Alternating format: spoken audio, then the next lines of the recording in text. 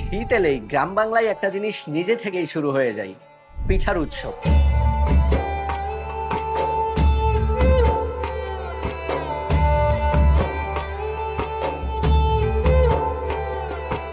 কেন জানি না, শীত আসলেই সবাই একটু পিঠার আমেজে বেশি মাতোয়ারা হয়ে যায়।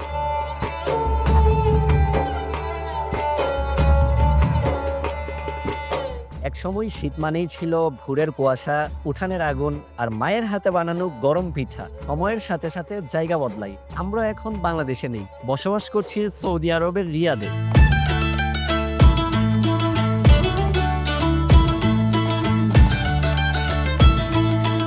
কিন্তু বাঙালি বলে কথা, শীতকালে পিঠার স্বাদ ভুলে যাওয়া কি এতই সহজ?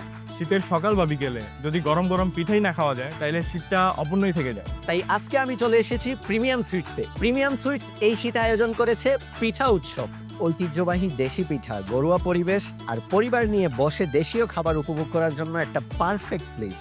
ভালো লাগে এই জন্যেও, এখানে শুধু পিঠা না, দেশি মিষ্টি, বেকারি আইটেম, এমনকি কাস্টম কেকও পাওয়া যায়। গ্রামের বাড়ি না যেতে পারলেও এই শীতে আগের সেই অনুভূতিগুলো এখানে এসে কিছুটা হলেও ফিরে পেলাম। পুরোনো একটা কথা আছে, পিঠার গন্ধ পেলে শীত নিজে থেকে হেঁটে চলে আসে। তাই হয়তো শীত মানেই পিঠার উৎসব। জায়গা বদলালেও বাঙালির শীতের স্বাদ কিন্তু বদলায়নি।